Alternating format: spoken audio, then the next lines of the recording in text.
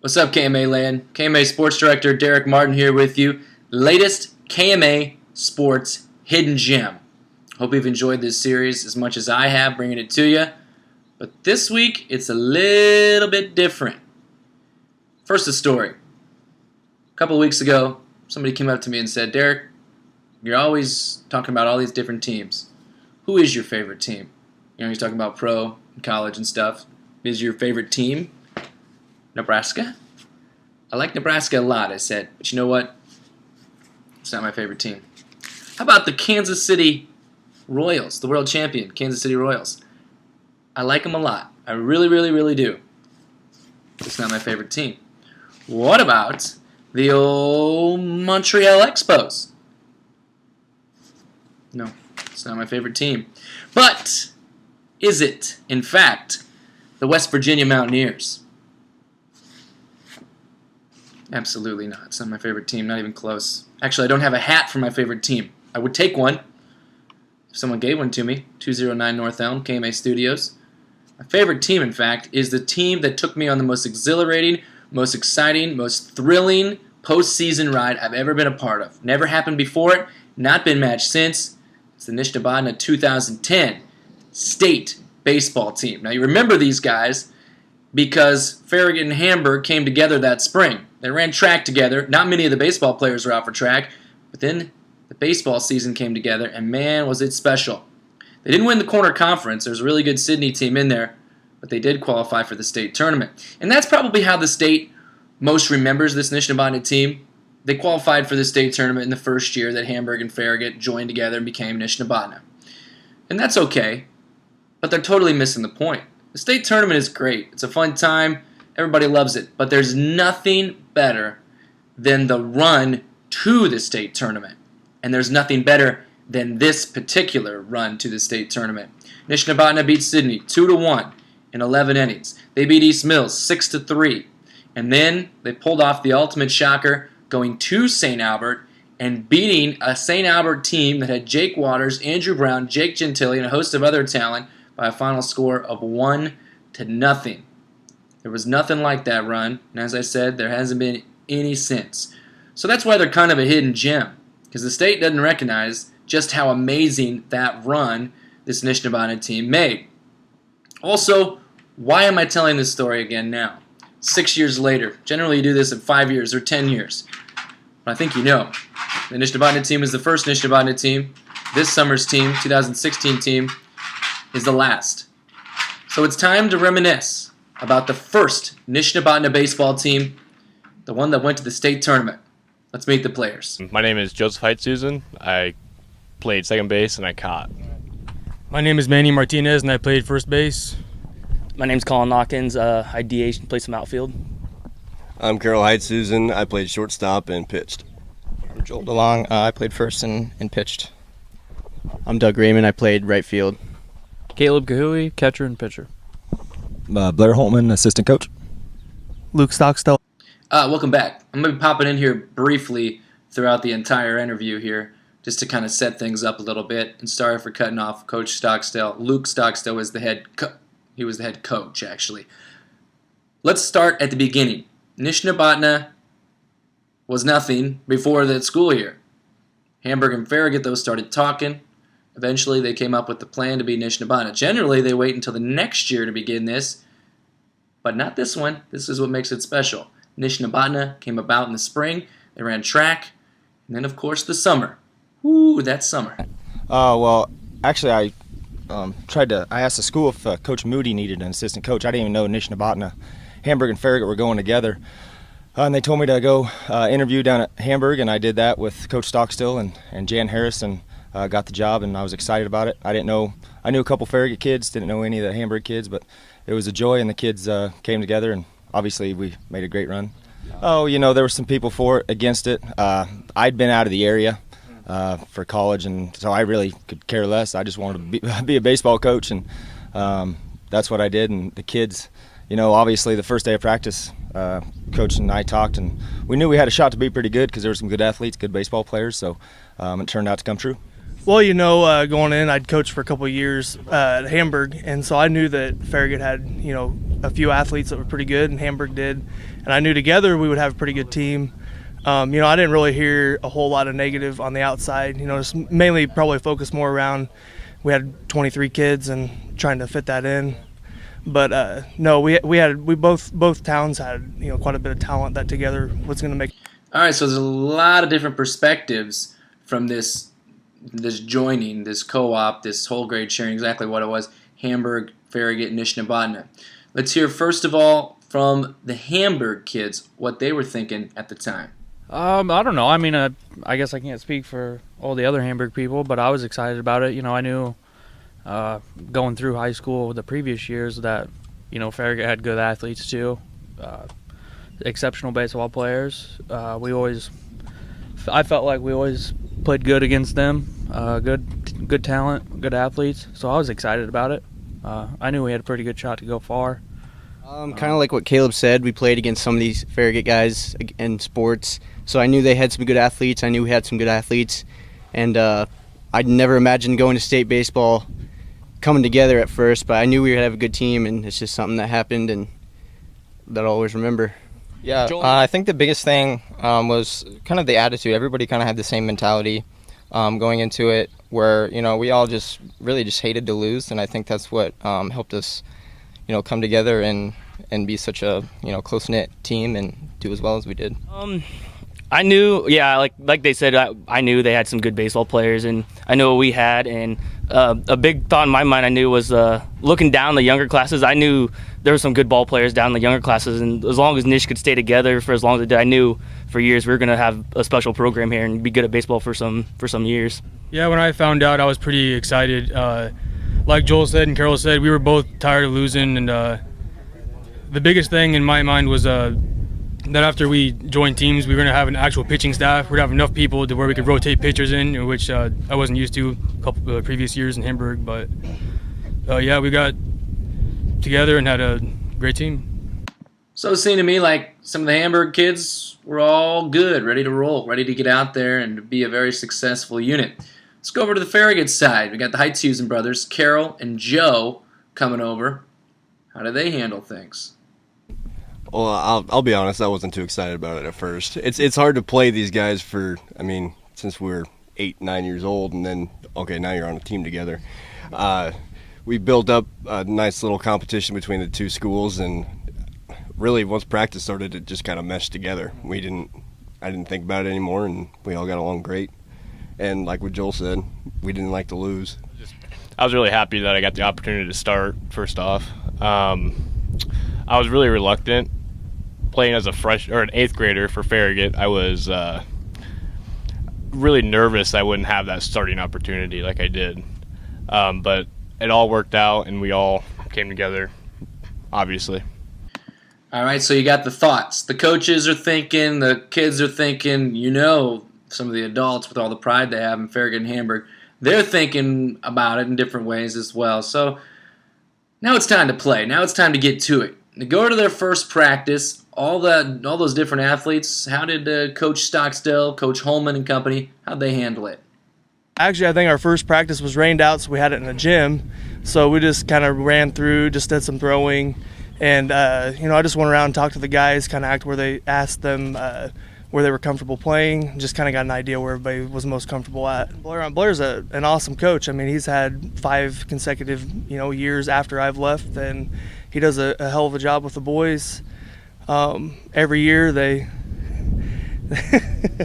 shouldn't have said hell, huh? That's all right. He does a great job with the guys. Every year he puts a great team out there.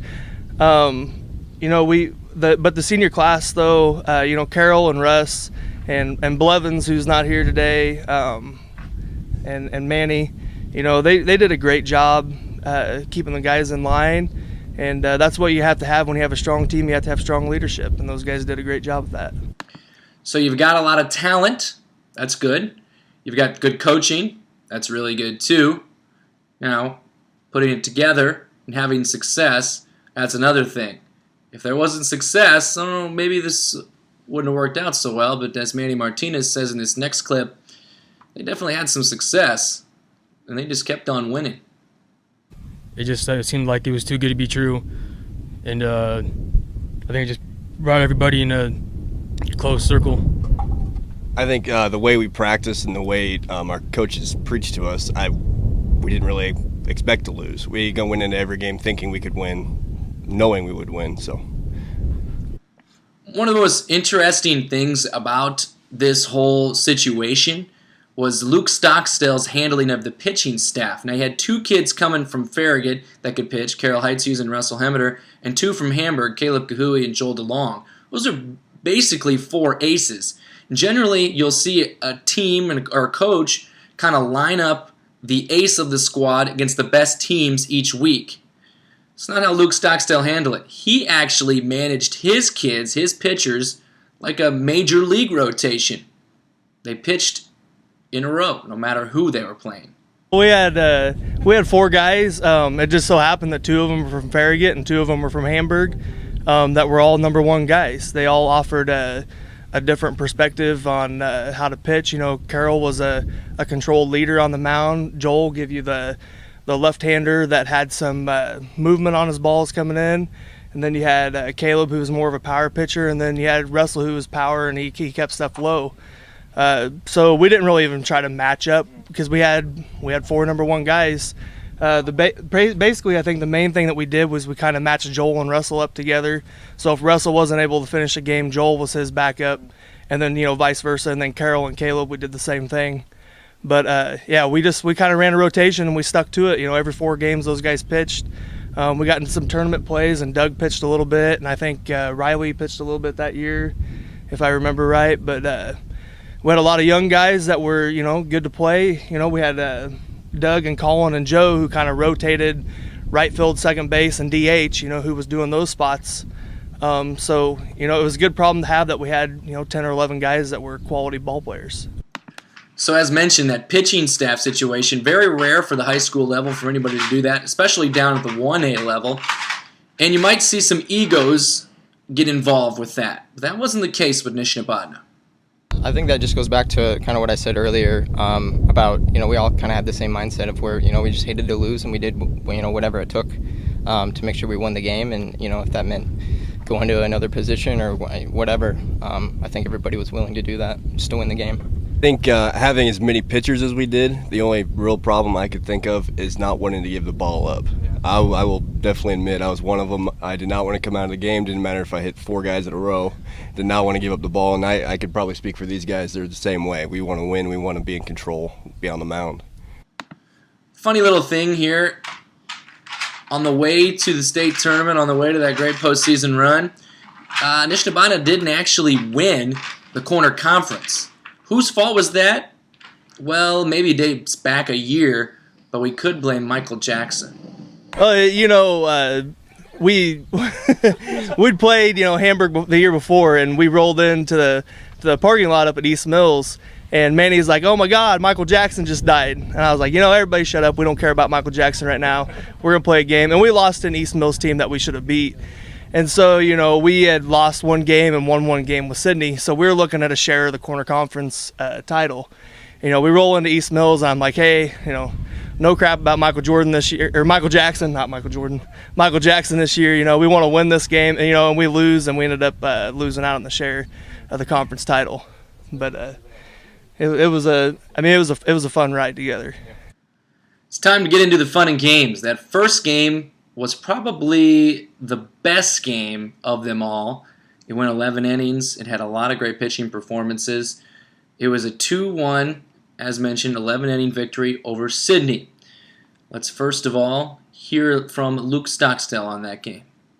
Yeah, we tied it up in the 6th or 7th? In the 7th. We tied it up in the 7th on a sacrifice, on a squeeze bunt. Raymond's got the tying run at third. Crouch trying to finish the masterpiece. Up by 1 with 1 out. There's a bunt, and here comes the run. Crouch barehand throw and gets away, and a tying run is scored. Doug Raymond did put the squeeze bunt down, and Caleb scored. At any other time, Tristan Crouch would have made the perfect throw to the catcher, and we'd have been out. And that time he made an error. But, and he was a great competitor too. But, we got the better of him that day. And then I think the second time we played him that year, Carroll wasn't able to play, right? Second time we played him. So we beat him the first time with Carroll pitching, and then the second time Crouch hit a triple in the seventh inning and scored a couple runs and beat us. I think if you added all the scores together, we won. We were 2-1 against them that year, and we won by 1 point in total scores in the game. So, it was a good rivalry that year. Well, just battling with them. Yeah. It's Hamburg-Sydney rivalry. It's if you do lose, it's hard to swallow. I mean, we can be honest. You never like to lose to Sydney or anybody for that matter, but it's good. Baseball, good competition is good competition. Definitely makes the game a lot funner. I don't know. I'm just always excited when we play rivals or anybody that we scouted that year that was good. I was always excited for it because I knew we were good and we would give them a good game. Yeah, yeah. I think I started that Sydney game. I'm going to guess I did. I just remember knowing going into the game that Tristan was going to be pitching against us also, and I knew that any mistake, any leadoff walk, anything like that could potentially come back to bite us. So it was just one of those games where you had to stay dialed in, and I didn't have to give up the ball. But with this team, it wasn't that hard to do. It was it was good knowing that there was 3-4 other guys that could come in and pitch for me at any time, and we'd still have a solid defense behind them. So. Line to left center field on the run. It's going to hit a gap. Here comes Lang. He's at third, and he's going to be waved home. He's going to try to score to win the game. The relay throw is late. Nishnabotna wins! So that was a pretty fun game. Again, as I mentioned, probably one of the best games I've ever seen. What a bunch of great performances, gritty performances on the mound. Of course, Hemmeter's game winner was also pretty fun to call. They move on to a district final in Essex against East Mills, another team that they split with earlier in the season. First and second, 2 down, and East Mills needs to keep it right here if they have any hopes of winning this thing. The 0-1, fastball in the air, short right, nobody's there. On the run is Jacob Schaefer. It's going to land in there. Hemmeter will score. Heithusen around third, going to try to score. Relay is going to be late. Actually, no relay made, and it's a 2 RBI double for Doug Raymond. I think what happened was I popped it up, and I thought it was going to be an easy out to right field, but turned out it was just a blooper. It was short enough the right fielder couldn't get to it, scored a couple runs. So now that you say that, I remember that, but it wasn't a great hit by any means. He's a right fielder, I think he just made a bad step, got a bad step on the pop fly and missed it, but I'll take it. A lot of those games blended together, to me, honestly. They're all great games, and like Doug was saying, he doesn't really remember. So a lot of those memories kind of blended together, just kind of into just one. It was just a great season. I don't remember a whole lot of specifics about any of the games or anything like that, but it was a lot of fun. Whew. You know what's next. The St. Albert game. I've never gone into a game thinking one thing and then the opposite happening more than this one. I'm not saying that I thought Nishnabotna was going to lose. A lot of people did. I thought maybe they could do something. Just had to play a perfect game. They did. We believed. We were riding the high all through the postseason. We knew we could do good things. We knew we had to play a perfect game, and Russell had to pitch a perfect game. We had to play perfect defense, and that's exactly what we did. And we were really excited about it. And we knew we could do it, but it was just a matter of showing it on the field. 1-2 is the count. Again, winning run is at third base. Caleb Kahuli. Heithusen on second. Raymond at first base. Those two don't matter, though. Kahuli's the only one that does. Here's the 1-2. Ground ball up the middle, base hit! Nishnabotna is going to the state tournament! Manny Martinez with a base hit up the middle, and they are just crowding Kahuli behind the plate. The Blue Devils have pulled off an amazing upset victory. The whole postseason, I think I had maybe one hit. I was doing really terrible, so I was just frustrated. I couldn't hit anything off these guys, and I was just asking around. I think I asked Carroll or somebody. I don't know what to do, and he said just choke up.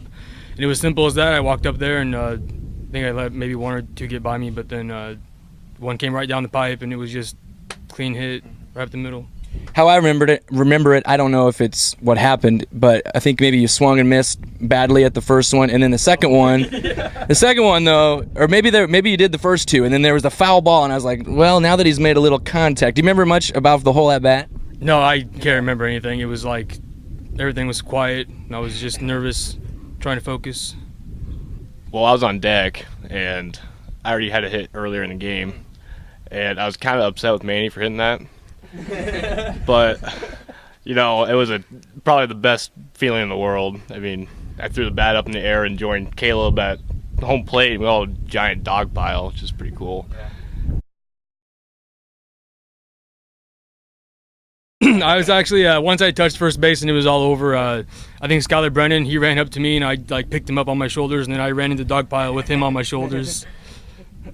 I remember feeling bad for whoever was on the bottom. That was a great feeling. I can honestly say it was the last one on the dog pile, being at second base. And, I mean, I was probably a good 10 feet behind Caleb just because I was so fired up there. And but I couldn't – it took me a second to celebrate. It was kind of hard to wrap my mind around, but once the celebration started, it was a blast. Yeah, I remember I was one of the first ones to jump on Caleb just because I was waiting at the edge of the dugout. And then I think I was the second one to get to Manny because I crawled out at the bottom of the dog pile and jumped on Manny a little bit. Yeah. This guy has the most epic picture of this ever. Yeah. And then so my dad was one of the bench coaches as well. And so I remember him hunt me down, and he was kind of crying a little bit, and so we had a good hug on the field too. So that was pretty cool. Well, I was actually up to bat right before Manny was when there was runners on base, and I was kind of hoping it'd be me. I think everybody kind of hopes it's them when they're up to bat. But they walked me. I think they knew Manny was in a slump that off season. But he's been hitting great the rest of the season, so I knew he could do it. And once he hit the ball, I just started running. I didn't know what to do. I was so excited, and I just turned around. Everyone was dogpiling. I'm like, hey, I could probably jump on that. So I sprinted over and just dove on in. Yep, I was at the bottom. We're going to go a little bit before the celebration. I remember hearing the contact, and I knew it was kind of a low line drive grounder. It was kind of weird. It hit short of the second baseman, I believe, between second and first, right? Right over second base. Right over second base? Okay. See, that's what I'm saying. So I froze. I had a good secondary leadoff. I froze on contact, and I remember, it actually I came to and realized that it had went through the gap, and I remember trying to leave third base, but it felt like I had no legs. They were jello at that point. And then I was probably, 10, 15 feet away from home plate, and I remember the sound of everyone leaving the dugout.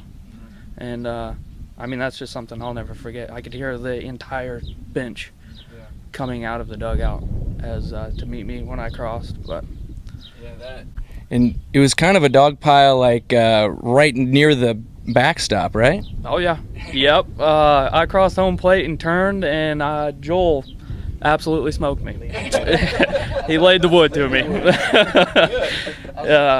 Me and Blair, talked all year long, and we both had the same attitude. We wanted to make sure that no matter what our feelings were, that the kids knew that we expected them to win.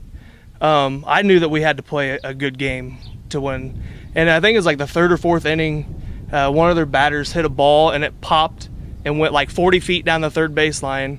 And Russell dove and snow coned it and caught it. And I just remember looking at Blair, and we're just looking at each other with our eyes wide open. It's like, holy crap, we're gonna win this game. And then we started off the seventh inning as still 0-0. We got through the seventh, and we went to the bottom, and Caleb hit that monster high, sky high double to right field, and it sliced away from the right fielder. And he got on second, and I was like, oh man, this is good. I got Carroll coming up.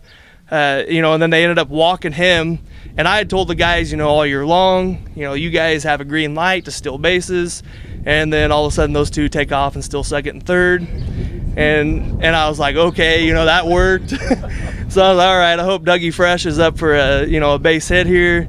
And then they started up before they double stole. They pitched Doug and threw a strike.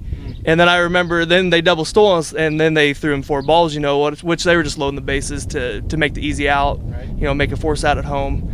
And I remember Manny, I called time, and Manny walked over to me, and he's like, "Oh, Coach, I'm nervous." And I was like, "What do you want to do? Do you want to bunt, or do you want to swing away?" I was like, "But if you bunt, you can't let them home and one you. We can't have a double play." He's like, I'm gonna hit. Somebody told me to choke up, and so I said, "Okay, man, you do what you want to do." And then after he was down 0-2, I was just like, "Oh man, I should have told him to bunt. This is terrible. Manny's not gonna get a hit here." And then he pulled it off. And I think, like he said, I think he only had 1 hit the whole district run.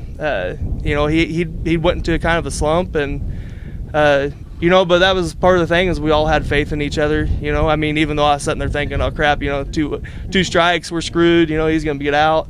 But they had a great team, and that day we rose to the occasion and played better than they did. In a situation like that, every little thing matters. I don't know if anything mattered more than the coin toss before that. Was it a coin? Was that what happened there? Yeah, before the game, somebody always told me, was it Scroggy? I'd always ask Scroggy. I'd always say, "Hey, Riley, what do you want to do, heads or tails?" And he'd always tell me, and I'd go out, and we won 3 straight coin tosses in a row. And then it just kind of been a thing. Then when we went to state and we lost the coin toss, it was just kind of like, "Oh man, that sucks." We've won every single one up till now, that sucks. And it just the guys, I couldn't think more of a group of kids than I did of those guys. They were put in a tough situation where a lot of people didn't have faith that the whole Hamburg-Farragut thing would work. What me and Blair had lots of conversations where we never saw a difference in the Hamburg and Farragut kids, and it got to, at the beginning of the year, we'd break huddles, and being a Hamburg coach, I'd always, Wildcats on 3. I get the death eyes from Carol. And so then one day I did Admirals on 3, to kind of make up for it, and I got the death eyes from Joel DeLong. So, we worked through some kinks, little kinks that we had, but nothing was ever very major. We had a great group of kids. Well, we were supposed to play a night game, and I think that would have been a lot of fun to play under the lights. We had a big crowd, a bunch of people came. I think we could have made something happen, then it got rained out, unfortunately, and I think a bunch of people went home, didn't come back the next day since the long trip. So we didn't have quite a big crowd that second day, and playing against the #1 team, it's kind of intimidating, but we went out there and did our best. That's all you can do, and we were happy to be there, so it was a great experience to play in Principal Park. It's a bit cliche, but ton of nerves that first time being in such a big park. So I really think that if we would have got a second, got to play a second game there, I think we've got just as good of a shot as anybody. These guys are playing pretty exciting baseball. It reminds me of our team, and I can't wait to see what they can do this postseason. How about, you were a part of Hamburg, you were a part of Nishnabotna. Now, neither one of them's, Hamburg's got the elementary school, but what kind of goes through your head there? Yeah, it breaks my heart that the school is closing and that there's not going to be a baseball team or anything like that anymore. It's too bad.